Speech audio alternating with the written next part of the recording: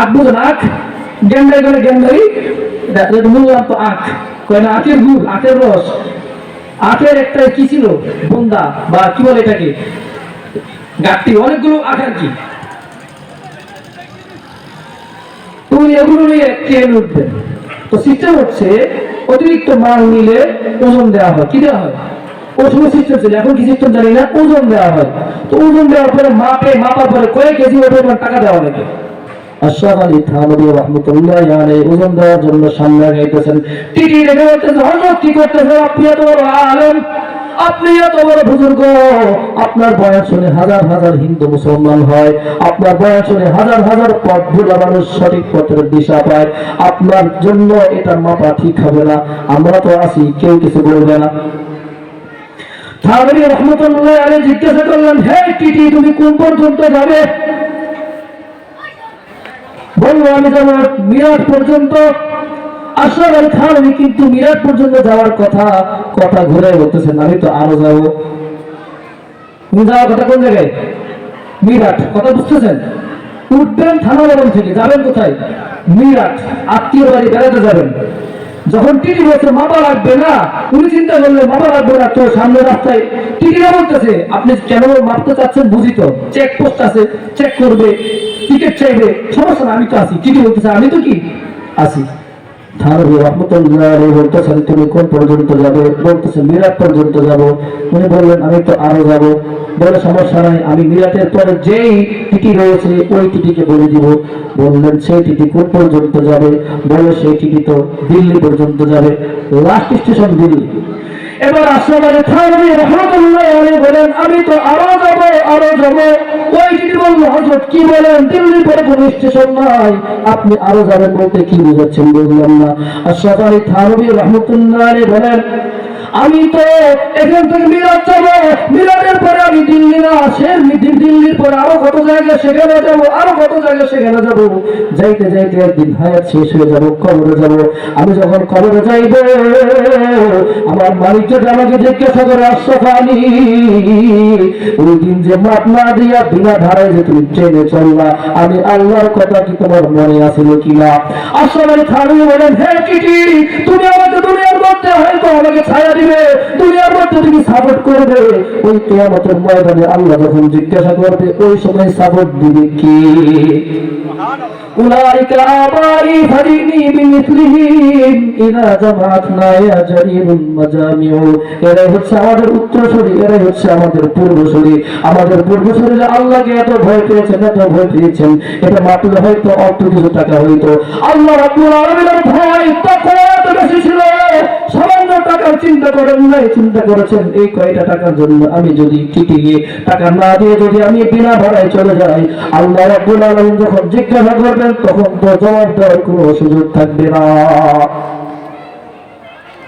আল্লাহ রাব্বুল আলামিন রোজাকে ফরজ করেছেন এই তাকওয়া অবলম্বন করার জন্য। ওয়া মান ইয়াত্তাকিল্লাহা ইউকাফির আনহু সাইয়্যাতিহি ওয়া ইউযিম লাহু আজরা। আল্লাহ রাব্বুল আলামিন বলেন হে আমার ঈমানদার বান্দা-বান্দী, তুমি যখন আমি আল্লাহকে ভয় করে গুনাহ ছাড়বে, আমি আল্লাহকে ভয় করে যখন রোজা রাখবে, আমি আল্লাহকে ভয় করে তুমি মদ পান ছেড়ে দিবে, আমি আল্লাহকে ভয় করে যখন তুমি চুরি করা বন্ধ করে দিবে, আমি আল্লাহকে ভয় করে যখন তুমি অন্যের হক নষ্ট করা ছেড়ে দিবে, আমি আল্লাহকে ভয় করে যখন তুমি সমস্ত অপরাধ ছেড়ে দিবে, আমি আল্লাহ রাব্বুল আলামিন আমি আল্লাহকে ভয় করার কারণে তোমার জীবনের সমস্ত গুনাহসমূহ মাফ করে তোমাকে এর চাইতে দ্বিগুণ সওয়াবের মালিক বানাইয়া দিব। আল্লাহ রাব্বুল আলামিন আর বলেন ওয়া ইয়াত্তাকিল্লাহ ইয়াজআল লাহু মাখরাজা ওয়া ইয়ারযুকুহু মিন হাইথু লা ইয়াহতাসিব। আমি আল্লাহকে ভয় করে যে ব্যক্তি গুনাহ থেকে বাঁচবে, প্রতিটা মুহূর্তে সদা সর্বদা আমি আল্লাহর ভয়ের কথা স্মরণ রাখবে, আমি আল্লাহ রাব্বুল আলামিন তার সামনে রিজিকের এমন দরজা খুলে দিব, এমন দরজা খুলে দিব, সেই বান্দা বান্দি কখনো কল্পনাও করতে পারবে না। গত বুধবার বৃহস্পতিবার এখানে, গতকাল বৃহস্পতিবার এখানে আসছিলাম, বুধবারে আমি আমার মাদ্রাসা ছাত্রদেরকে নিয়ে, আমাদের দিকে একটা নদী আছে বুড়িগঙ্গা নদী, ফতুল্লা পার হইয়া যাওয়া লাগে, বুড়িগঙ্গা নদী পার হইয়া যাওয়া লাগে একটা জায়গার নাম কেরানীগঞ্জ। কি গঞ্জ? এখান থেকে কাছে তো এদিকে। তো ছাত্রদেরকে বলেছিলাম 11 ফেব্রুয়ারি ঘুরতে নিয়ে যাবো। তো ওরা মনে রাখছে, ছোট বাচ্চারা তো ঘুরতে পছন্দ করে, মনে রাখছে 11 ফেব্রুয়ারি ব্যস্ততা আমরা ঘুরে যেতে পারি না। ওরা বলতেছে হুজুর সামনে রোজা, আপনি কবে ঘুরতে নিয়ে যাবেন? চিন্তা করলাম বুধবার এখানে আসবে, শুক্রবার এখানে আসবে, এখন তো সময় নেই। পরে বুধবার দিন দেওয়া হয়েছে এদেরকে নিয়ে ঘুরতে গেছি। ছাত্র 17 জন, হেসখানা ছাত্র, শুধু হেসখানা, বাচ্চাদেরকে না, নদী পথ সব সাঁতার জানে, চিন্তা ভাবনা করে বেরিয়েছি। নদী পারেছি নৌকা দিয়া, কিছুদিন ঘুরলাম, ঘুরার পরে একটা হোটেলে বসছি। কোথায় বসছি? হোটেলে বসছি, হোটেলে। তো ওদের সবাইকে নিয়ে বসলাম, সবাই একরকম ড্রেস পরা, মাদ্রাসা ছাত্র। তো জিজ্ঞেস করলাম তোরা কি খাবি? বললো যে পুরি খাবো। তো দোকানদারকে বললাম আপনি পুরি যে ঘরে সবটি বানান। বানানো আছে 4টা না 5টা, কিন্তু ওই যে কি বলে খামির বানানো অনেক আছে, বললেন যে আপনি সব বানান। তো ওরা খুশি, আজকে অনেকগুলো পুরি খাবো। তা আমি চিন্তা করলাম খাইতে চাইছে খাক, যত মজা খাক। আমি আমার এক বন্ধুর সাথে দেখা হয়েছে, ওই এলাকার কথা বলতেছি, এর মধ্যে একটা লোক আসছে, ইয়ারা দাঁড়িয়ে নেই, প্যান্ট শার্ট পরা, বলতেছে হুজুর এরা কয়জন? বললাম 17 জন। হুজুর ওরা কয়টা খাবে? জানি না যে কয়টা খাবে। হুজুর এই সবগুলোর টাকা আমি দিব। সুবহানাল্লাহ। ومن يتق الله يجعل له مخرجا ويرزقه من حيث لا يحتسب। আল্লাহ রাব্বুল আলামিনের ভয় যে করবে, আল্লাহ রাব্বুল আলামিনকে যে ভালোবাসবে, ওই আল্লাহ তার জন্য রিজিকের ব্যবস্থা কোথায় থেকে করবে সেটা কেউ কল্পনা করতে পারবে না। আমি ভাবছি আমি দিয়ে দিব, দিচ্ছে কে? বলেন না, আমি কল্পনা করছিলাম এটা লোক আসবে সব বিল দিয়ে দিবে, কল্পনা করছিলাম? সে ওই সময়ের খাওয়া সব টাকা দিছে, আরো 500 টাকা আমার পকেটে দিয়ে হচ্ছে হুজুর আর দিলে ফেরত ওইগুলো খাওয়াই নেবে। সুবহানাল্লাহ। আল্লাহ রাব্বুল আলামিন আমাদেরকে তাকওয়া অবলম্বন করে রমজান মাসে রোজা রাখার তৌফিক দান করেন, আমিন। এই কথা শেষ রোজার বিষয়। এবার আসেন রমজান মাস রোজা রাখবো। রাসূলুল্লাহ সাল্লাল্লাহু আলাইহি ওয়াসাল্লাম রোজার আগের দিন কোন দিন বলেন তো? আমার কোন দিন? যদি আগামী 5 দিন রোজা হয় তাহলে আগামীকাল দিন, যেহেতু আগামীকাল থাকবো না আজকে বলে যাই। রাসূলুল্লাহ সাল্লাল্লাহু আলাইহি ওয়াসাল্লাম সাহাবীদেরকে উদ্দেশ্য করে একটা ভাষণ দিয়েছেন। কি দিয়েছেন? ভাষণ। আমি আপনাদের সামনে সেই ভাষণটা শুনিয়ে ইনশাআল্লাহ কথা শেষ করব। وعن سلمان الفارسي رضي الله تعالى عنه قال خطبنا رسول الله صلى الله عليه وسلم في آخر يوم من شعبان قال يا أيها الناس قد أظلكم شهر عظيم। হযরত সালমান ফারসি রাদিয়াল্লাহু তাআলা আনহু বলেন, আমার নবী মুহাম্মদুর রাসূলুল্লাহ সাল্লাল্লাহু আলাইহি ওয়াসাল্লাম শাবান মাসের শেষের দিন, রমজানের আগের দিন আমাদেরকে সামনে নিয়ে একটা খুতবা দিলেন, ভাষণ দিলেন। ওই ভাষণের মধ্যে বলতেছেন, হে আমার সাহাবীরা ভালো করে মন দিয়ে শোনো, ইয়া আইয়ুহান নাস, হে লোকসভা তোমরা মন দিয়ে শোনো। নবী বলেন না হে সাহাবীরা, নবী বলেন না সেই হে মুমিনরা, হে মুসলমানরা, বলেছেন হে সমস্ত লোকসভার উদ্দেশ্য হচ্ছে কিয়ামত পর্যন্ত আনেওয়ালা সমস্ত মানুষকে উদ্দেশ্য করে নবী বলতেছেন, ইয়া আইয়ুহান নাস, হে সমস্ত মানুষেরা ভালো করে শোনো, কদ আযাল্লাকুম শাহরুন আযীম, একটি সুমহান মাস তোমাদের উপর ছায়াপাত করেছে। আমাদের মাথার উপর একটা ছাউনি আছে, তাহলে এখন টেনশন নাই, উপর থেকে কোনো বালু পড়বে না, বৃষ্টি হলে পানি পড়বে না, কুয়াশা হলে পানি পড়বে না, এই টেনশন আপাতত কি নাই। কেন? কারণ একটা কি আছে? ছায়া আছে, ছাউনি আছে। রাসূলুল্লাহ সাল্লাল্লাহু আলাইহি ওয়াসাল্লাম সাহাবাদেরকে বলতেছেন, ইয়া আইয়ুহান নাস, হে লোক সকল, কদ আযাল্লাকুম শাহরুন আযীম, একটা মহান মাস তোমাদের উপর ছায়াপাত করেছে। কেমন মহান মাস? অন্য হাদিসের মধ্যে নবীজি বলেন, হে আমার উম্মতেরা ভালো করে শোনো, যখন রমজান মাস শুরু হয়, তোমরা তো জানো রমজান মাস কেমন দামি।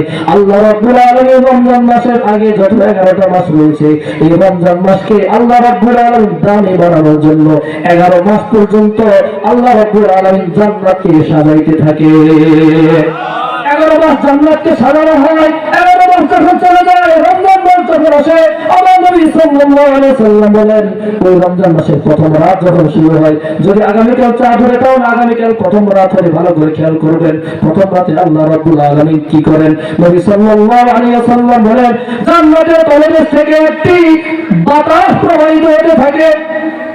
কেমন বাতাস? দুনিয়ার মধ্যে যখন কোনো বাতাস আসে আমরা একটা আওয়াজ পাই, শো শো আওয়াজ পাই কিনা বলেন? যখন তুফান আসে, তখন ঝড় তুফান শুরু হয়, তখন শোঁ আওয়াজ পাওয়া যায়।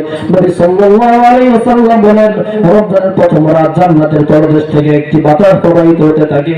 যখন বাতাস প্রবাহিত হয়, ওই বাতাসের প্রবাহে জান্নাতের যত গাছপালা রয়েছে, যত ধান রয়েছে, যত পাতা রয়েছে, জান্নাতের দরজার মধ্যে কড়া আছে, কড়া কড়া গুড় কড়া আছে না, দরজা তালা লাগাইছে, যখন তালা লাগানোর পরে তালা যখন খুলে কড়া যখন ছুটে যায়, একটু ঠাসকের আওয়াজ হয় না? আওয়াজ হয়, বলেন আওয়াজ হয়নি? গাছের পাতা যখন নড়ে আওয়াজ যদিও পায় না, কিন্তু আওয়াজ হয়। নবী সাল্লাল্লাহু আলাইহি ওয়াসাল্লাম বলেন, সারা বছরে 11 মাস জান্নাতকে সাজানো হয়েছে। রমজান মাস যখন শুরু হতে চলেছে, রমজানের প্রথম রাতে জান্নাতের একটি হাওয়া বাতাস চালু হয়ে যায়। ওই বাতাসের প্রবাহের কারণে জান্নাতের সমস্ত গাছের পাতাগুলো নড়তে থাকে, ঢালগুলো নড়তে থাকে, লতা পাতা নড়তে থাকে, জান্নাতের দরজার কোণাগুলো নড়তে থাকে। এই সবগুলো যখন একসাথে নড়তে থাকে, নড়তে নড়তে এমন একটা আওয়াজ সৃষ্টি হয়, এমন একটা মনোমুগ্ধ করা সৃষ্টি হয়, দুনিয়ার মানুষ ওই বেশ্যা মুমতাজের গান শুনে যায় মজা পায়, বেশ্যা আপনাদের গান শুনে যায় মজা পায়, আসিফ ইকবালের গান শুনে যায় মজা পায়। এই সমস্ত গান হারাম হারাম। আপনাদের এলাকার মহিলা হলো জানি না, আপনারা কি মনে করেন? যেটা বলার বলতে হবে। গান গাওয়া হারাম না হারাম? সবাই বলে না। তারা বলে কি হালাল? যদি আপনি হালাল মনে করেন, আপনার ইমান থাকবে না। দুনিয়ার মানুষ বেশ্যা নারীদের গান শুনে যে মজা পায়, বেশ্যা পুরুষদের গান শুনে যে মজা পায়। আমার নবী সাল্লাল্লাহু আলাইহি সাল্লাম বলেন, তুমি দুনিয়ার মধ্যে কানে হেডফোন লাগিয়ে কত মজার মজার গান শুনেছো, মজার মজার ফিল্মের গান তুমি শুনেছো। নবী সাল্লাল্লাহু আলাইহি সাল্লাম বলেন, রমজানের প্রথম রাতে জান্নাতের হাওয়া বাতাসের মধ্যে যে বাতাসের প্রবাহের কারণে গাছের লতাপাতা ঝুলতে থাকে, কড়াগুলো নড়তে থাকে, এমন একটা মনোমুগ্ধকর সুন্দর আওয়াজ প্রবাহিত হয়, আওয়াজ বের হয়। ওই সুন্দর মনোমুগ্ধকর আওয়াজ দুনিয়ার মানুষ কোনোদিন শুনতে পায় না। এবার শুনেন কি হয়। জান্নাতে যত ফেরেশতা হুর রয়েছে, হুর, ওই হুরগুলো আওয়াজ শুনে তাদের অবস্থান থেকে, তাদের বাসস্থান থেকে বের হয়ে জান্নাতের সামনে চলে আসে। ওই হুরগণ দৌড়াদৌড়ি করতে থাকে, কিসের আওয়াজ, কিসের আওয়াজ? তারা বারবার চিৎকার করে বলতে থাকে, কোন রাত এটা, কোন রাত, এত আওয়াজ কেন, এত সুন্দর আওয়াজ কেন, যে আওয়াজ আমাদের ঘুম ভেঙে আমাদেরকে সামনে নিয়ে এসেছে। তাদের মনে একটা বিবাহের আগ্রহ জাগে। কিসের আগ্রহ? বিবাহের। কিসের? তারা চিৎকার করে বলতে থাকে, আছে ওরকম যুবক, আজকে আমাদের দিনের মধ্যে এত আনন্দ অনুভব হইতেছে, যদি আজকে কোন যুবক আল্লাহর কাছে কোনো ফরিয়াদ করে, তাহলে ওই যুবকের সাথে আমরা বিবাহ বসে যাব। এরপরে জান্নাতের হুরগণ জান্নাতের দরজা দ্বারা রিদওয়ান নামক ফেরেশতা, রিদওয়ান নামক ফেরেশতার কাছে এসে বলতেছে, হে ফেরেশতারা বলো, আজকে কেমন রাত, এটা কেমন রাত, এতদিন পর্যন্ত কোনো এত সুন্দর আওয়াজ পাই নাই, এতদিন পর্যন্ত এমন কোন আওয়াজ কানে আসে নাই, আজকে এত মধুর আওয়াজ কি জন্য, কেন আমাদের বিবাহ বসতে মনে চাই? তখন জান্নাতের দরজায় দাঁড়ানো রিদওয়ান নামক ফেরেশতা বলে, আজকে হলো রমজানের প্রথম রাত। এই রাতটা আমাদের জন্য সামনে আসতেছে। এই রাতটা থেকে কে বঞ্চিত হবে? বঞ্চিত হবেন কেউ? বঞ্চিত হবো না। আল্লাহ রাব্বুল আলামিন আমাদের সকলকে এই মহান রাতের সমস্ত বরকত দান করা সকল বলে আমিন। এবার আসেন এই হাদিসের পরের অংশ, ইয়া আইয়ুহান নাস ক্বাদ আযাল্লাকুম শাহরুন আযীম। হে লোক, তোমাদের উপর একটি মহান মাস ছায়াপাত করেছে। মহান মাস তো বুঝলাম। এরপর নবী বলেন, শাহরুন মুবারাক, বড় বরকতময় মাস। বলেন কি মাস? বরকতময় শব্দের অর্থ কি? বাড়া, কি বেড়ে যাওয়া, কি যাওয়া।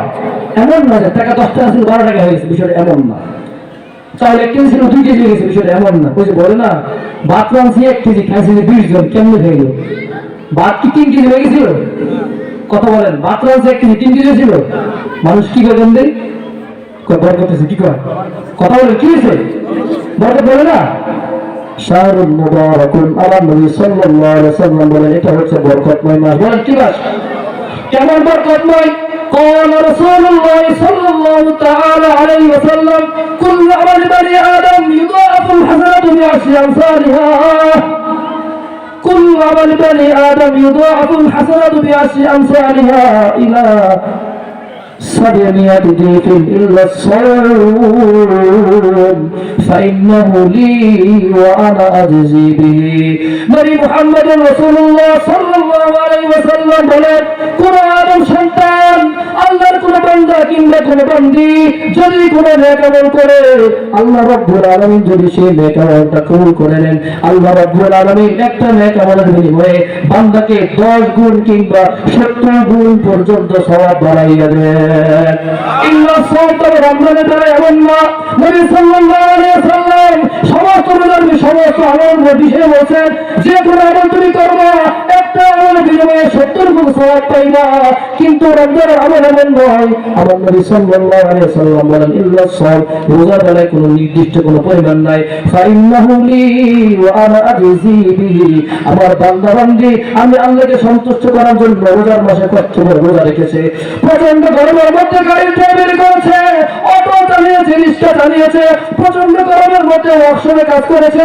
ইটের মাঠে কাজ করেছে প্রচন্ড গরমের মধ্যে মা বাবারা কত রকম ঘরের কাজকর্ম করেছে বারবার পিপাসার্থ হয়েছে পানি খেতে মনে চেয়েছে পানি পান করেনি শরবত খেতে মনে চেয়েছে শরবত পান করেনি ক্ষুধা লাগছে খাবার খেতে মনে চেয়েছে খাবার খায়নি যুবক মানুষ নতুন বিবাহ করেছে স্ত্রীর কাছে যেতে মনে চেয়েছে কিন্তু আল্লাহকে ভয় করে সে বিবির কাছে যায়নি আমার নবী সাল্লাল্লাহু আলাইহি ওয়াসাল্লাম বলেন আল্লাহ রাব্বুল আলামিন বলেন বান্দা বান্দি যেহেতু আমি আল্লাহর সন্তুষ্টির জন্য সারা দিন না খেয়েছিল আমার সন্তুষ্টিকে সামনে রেখে সে ক্ষুধার্ত থাকা অবস্থায় খাইল না পিপাসার্থ অবস্থায় পান করল না আমি আল্লাহকে সন্তুষ্ট করার জন্য যেহেতু কষ্টগুলো অবলম্বন করেছে আমি আল্লাহ তাকে রমজানকে উসিলা করে কি পরিমাণ নাকি দিব আমি আল্লাহ ছাড়া দুনিয়ার কেউ জানতে পারবে না এটা হচ্ছে বরকতময় মাস এটা কি মাস বরকতময় বুঝছেন তো এই যে নবী বলেছেন শাহরুল মুবারাকুল বরকতময় মাস নবী তারপর বলেন শাহরুল ফিহি লাইলাতুন খায়রুম মিন আলফি শাহর শাহরুল এমন একটা মাস ফিহি লাইলাতুন এই মাসের মধ্যে একটা মাস এমন রয়েছে একটা রাত এমন রয়েছে ভালো করে খেয়াল করে শুনেন রমজান মাস এমন একটা মাস যে মাসের মধ্যে আল্লাহ রাব্বুল আলামিন একটা রাত দিয়েছেন কেমন রাত এমন একটা রাত আছে সেই রাতের নাম কেমন নবী সাল্লাল্লাহু আলাইহি ওয়াসাল্লাম আল্লাহ রাব্বুল আলামিন আয়াতের ব্যাখ্যা করে বলতেছেন লাইলাতুল কদরি খায়রুম মিন আলফি শাহর আল্লাহ রাব্বুল আলামিন রমজান মাসে একটা রাত দিয়েছেন এমন রাত যে রাতের অবস্থা হচ্ছে এই যদি কোনো বান্দা কোনো বান্দি ওই এক রাতে নফল ইবাদত করে ওই এক রাত যদি জিকির করতে পারে ওই এক রাত যদি কোরআন তেলাওয়াত করতে পারে ওই এক রাত যদি দোয়া করে আল্লাহকে সন্তুষ্ট করতে পারে আল্লাহ রাব্বুল আলামিন ওই এক রাতে আমল করার বিনিময়ে ওই বান্দা বান্দির আমলনামায় 1000 মাস ইবাদত করার সওয়াব দান করে দিবে এই রাতটা তো পৃথিবীর মধ্যে এই রমজান মাসের এই এক রাত ছাড়া আর কোনো সময় পাওয়া যাবে না তাহলে এই রাতটা যেহেতু এত দামি মাসটা বরকতময় কিনা বলেন আমরা এই রাতগুলোর মধ্যে কত গুনাহ করব নিয়ত করে রেখেছি সামনে খেলা চলতেছে খেলা দেখবো রাখবো অথচ নবী বলেন রমজান মাস এমন এক মাস এই রমজান মাসের রাতগুলো এত দামি এই রাতে আমল করলে আল্লাহ রাব্বুল আলামিন 70 গুণ সওয়াব দান করবেন অথচ আমরা সেই রাতের মধ্যে নেক আমল না করে দুই বিগত ভাঙ্গায় আর এখন যারা রাজনীতিবিদ রয়েছে যারা এখন ক্ষমতার লোভে একদম আত্মহত্যা হয়ে গেছে কেমনে ক্ষমতা আসবে রাত পর খালি এই চিন্তা কি পলিটিক্স করা যায় কি সিস্টেম করা যায় কি প্ল্যান করা যায় কোন দিকে যাওয়া যায় কি করা যায় সার করে প্ল্যানে থাকবে অথচ আল্লাহ নেককার বান্দা তারা চিন্তা করবে রমজান পাইছি তো পাইছি জান্নাতকে আমার কামাই করতে হবে এবার রাসূল বলেন রমজান মাসের কথা বলতেছি রাসূল বলতেছে যে ব্যক্তি রমজান মাসে আল্লাহ রাব্বুল আলামিন রমজান মাসের রোজা রাখাকে ফরজ করেছেন আর আমি নবী মুহাম্মদ রাসূলুল্লাহ রমজান মাসে তারাবির নামাজ পড়াকে সুন্নাত হিসেবে ঘোষণা দিয়েছি সুন্নতে মুআক্কাদা ইন্নাল্লাহ তাআলা ফারাদা সিয়াম রমাদান ওয়া সারাতু লাকুম কিয়ামা আল্লাহ রাব্বুল আলামিন দিনের বেলা রোজা রাখাকে ফরজ করেছেন আর আমি নবী মুহাম্মদ রাসূলুল্লাহ তারাবির নামাজ পড়াকে সুন্নতে মুআক্কাদা ঘোষণা করেছি মান সামাহু ওয়া কামাহু ঈমানান ওয়া ইহতিসাবা যে ব্যক্তি ঈমানের সাথে সওয়াব পাওয়ার আশায় দিনের বেলা রোজা রাখবে রাতের বেলায় কষ্ট করে তারাবির নামাজ আদায় করবে খারাজা মিন যুনুবিহি কায়ামিন ওয়ালাদাতু উম্মুহু দিনের বেলায় কষ্ট করে রোজা রাখার কারণে রাতের বেলায় কষ্ট করে নামাজ পড়ার কারণে তার অবস্থা এমন হবে আল্লাহ রাব্বুল আলামিন তার অবস্থা এমন করবেন। নবীজি বলেন একজন নবজাতক শিশু তার মায়ের গর্ভ থেকে যেমনি ভাবে গুনাহমুক্ত ভাবে দুনিয়ার মধ্যে আসে রোজা রাখার কারণে আর তারাবির নামাজ পড়ার কারণে আল্লাহ রাব্বুল আলামিন তাকে গুনাহ থেকে ওই রকম নিষ্পাপ বানাইয়া দিবে।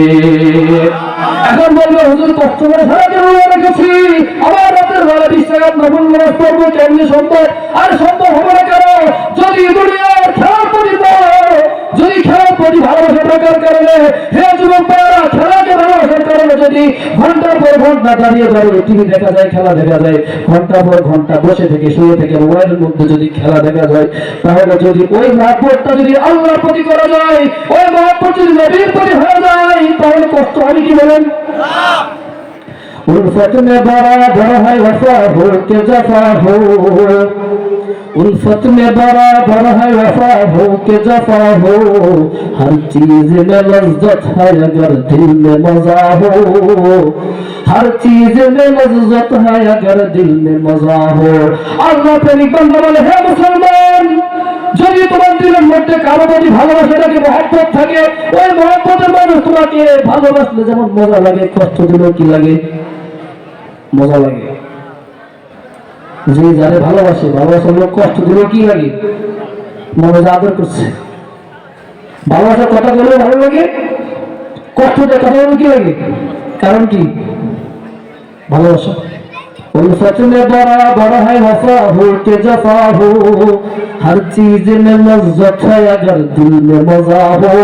যদি তোমার দিলের মধ্যে তার প্রতি মহব্বত ভালোবাসা থাকে, সে কষ্ট দিলেও ভালো লাগে, কষ্ট না দিলে ভালো লাগে, ভালোবাসার কথা বললে ভালো লাগে, কষ্ট দেওয়ার কথা বললে ভালো লাগে। যদি আমার আপনার অন্তরে নবীর প্রতি মহব্বত থাকে, নবীর প্রতি ভালোবাসা থাকে, তাহলে আমার জন্য সুন্নাত বলেই তারাবির নামাজটাকে ছেড়ে দেওয়ার কোনো যুক্তি, কোনো প্রশ্ন হতে পারে না। যদি আপনি বলেন এত লম্বা সময় তারাবির নামাজ কেমনে পড়বো, আর আমি আপনাকে প্রশ্ন করবো, যদি আপনার নবীর প্রতি ভালোবাসা থাকে, মহব্বত থাকে, তাহলে এটা কোনো কষ্ট হয় না, এটা কোনো কষ্ট হয় না। কারণ নবীর প্রতি ভালোবাসা থাকলে কখনো নিজের মধ্যে কষ্ট অনুভব হবে না। সাহাবায়ে কেরাম রাদিয়াল্লাহু তাআলা আনহুম কেমন ভালোবাসতেন। নবী মুহাম্মদ রাসূলুল্লাহ সাল্লাল্লাহু আলাইহি ওয়াসাল্লাম একবার সিংহা লাগিয়েছেন। সিংহা লাগে কেন বুঝুন তো? সিংহা লাগাই আমাদের দেশে কিছু মহিলা আছে, সিংহা লাগাই কি জন্য লাগাই, টান দেয়, কি ছিদ্র করে, এই সিস্টেম না। আসলে সিংহা লাগা সিস্টেম ভিন্ন রকম। এটা কাপ বসানো হয়, কিছু সিস্টেম। যাই হোক, সিংহে তো বুঝেন। তো সিংহা লাগালে কি বেরোয়? রক্ত কি বেরোয়? বলেন না, কি বেরোয়? নবী মুহাম্মদ রাসূলুল্লাহ সাল্লাল্লাহু আলাইহি ওয়াসাল্লাম জীবনে সিংহা লাগিয়েছেন। এজন্য একবার সিংহা লাগানো সুন্নাত। কারা সিংহা লাগাছেন হাত তুলেন। জীবনে একবার সিংহা লাগাবেন, তাহলে সুন্নাতটা দেখাবে। নবী মুহাম্মদ রাসূলুল্লাহ সাল্লাল্লাহু আলাইহি ওয়াসাল্লাম সিংহা লাগিয়েছেন। সিংহা লাগানোর পরে যখন রক্ত বের হয়, আমার নবী মুহাম্মদ রাসূলুল্লাহ ওই সিংহা লাগানোর পরে বের হওয়া রক্তগুলো সাহাবী আব্দুল্লাহ ইবনে জুবাইর রাদিয়াল্লাহু তাআলা আনহুর হাতে দিলেন। হাতে দিয়ে বললেন, যাও রক্তগুলো ফেলে আসো। আব্দুল্লাহ ইবনে জুবাইর রাদিয়াল্লাহু তাআলা আনহু কিছুক্ষণ দূরে গিয়ে আবার চলে আসলেন। বললেন, হে আল্লাহর নবী, আমি তো চলে আসলাম। নবী বললেন, রক্ত কি করেছে? আব্দুল্লাহ ইবনে জুবাইর চুপ হয়ে বসে আছেন, কিছুই বলেন না। নবী বুঝতে পেরেছেন নিশ্চয়ই কোনো ঘটনা ঘটেছে। আব্দুল্লাহ ইবনে জুবাইরকে বললেন, হে আব্দুল্লাহ ইবনে জুবাইর, তুমি রক্তগুলো কোথায় ফেলেছো আমাকে বলো।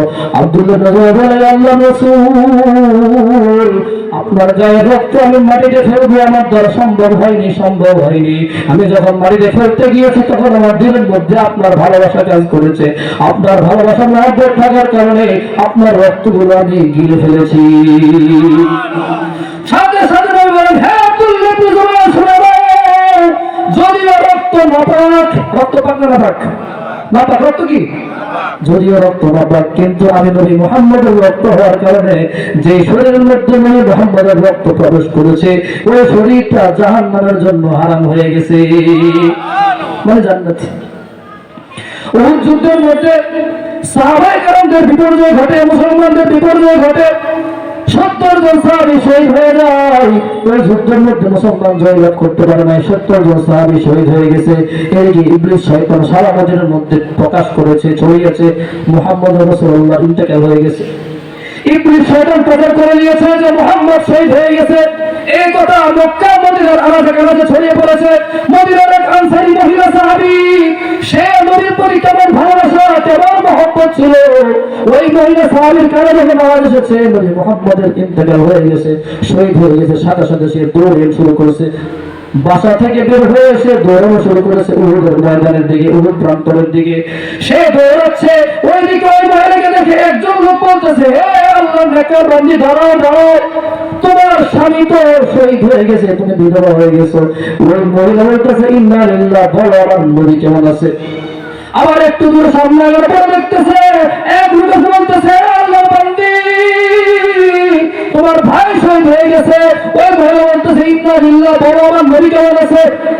আবার সামনে গাইতেছে একজন বলতেছে, আল্লাহর বান্দী, তোমার বাবা শহীদ হয়ে গেছে, তুমি তো এতিম হয়ে গেছো, বলো ইন্না লিল্লাহ, বলো আমার নবী কেমন আছে। আবার যখন সামনে গেছে একজন বলতেছে, আল্লাহর বান্দী, তোমার সন্তান শহীদ হয়ে গেছে।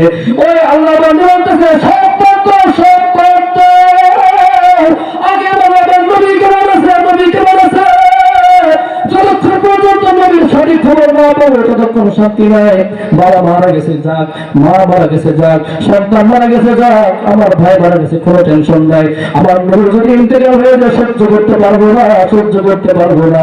একটু সুদূর পরে একটু সামনে যাওয়ার পর একজন বলতেছে, আলহামদুলিল্লাহ, নবী মুহাম্মদ রাসূলুল্লাহ ভালো আছে।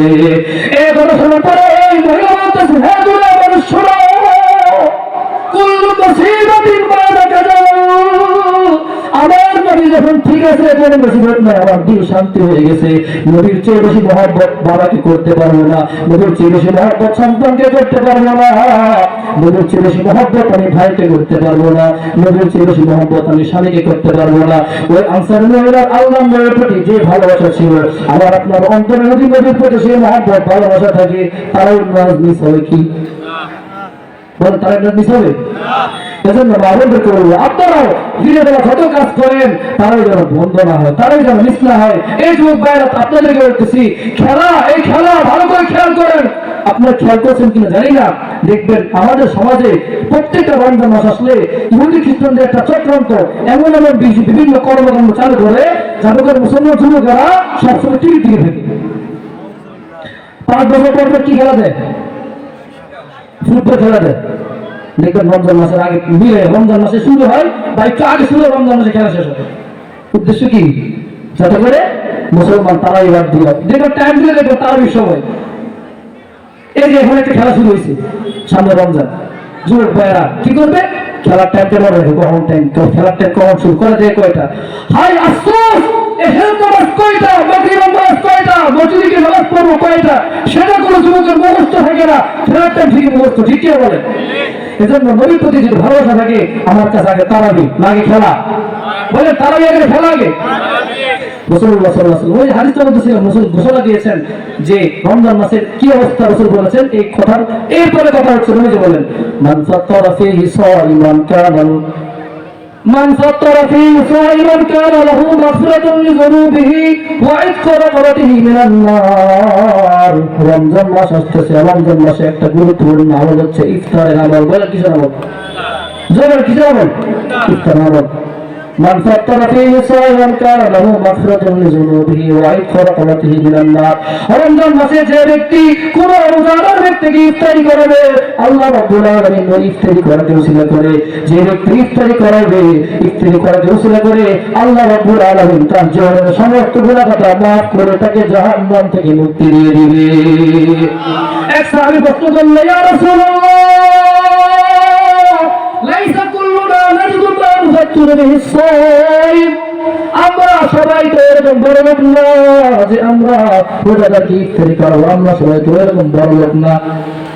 সাহাবায়ে প্রশ্ন করলেন, ইয়া রাসূলুল্লাহ, ইফতারি করাইলে আপনি বলেছেন জান্নাতি হওয়া যাবে, আপনি বলেছেন ইফতারি করাইলে জাহান্নাম থেকে মুক্তি পাওয়া যাবে, আপনি বলেছেন ইফতারি করাইলে রোজাদার সওয়াব পাওয়া যাবে, কিন্তু এই সওয়াব তো আমার পাইতে ইচ্ছে করে, আমার পাইতে আশা করে, কিন্তু আমার তো এত টাকা বসে নেই, কেমনে ইফতারি করাবো? রাসূলুল্লাহ সাল্লাল্লাহু তাআলা আলাইহি ওয়াসাল্লাম বলেন, হে আমার সাহাবী, ইফতারি করানো কোনো কঠিন বিষয় না, কোনো কঠিন বিষয় না। ভালো করে খেয়াল করে শোনো, ইউদিল্লাহু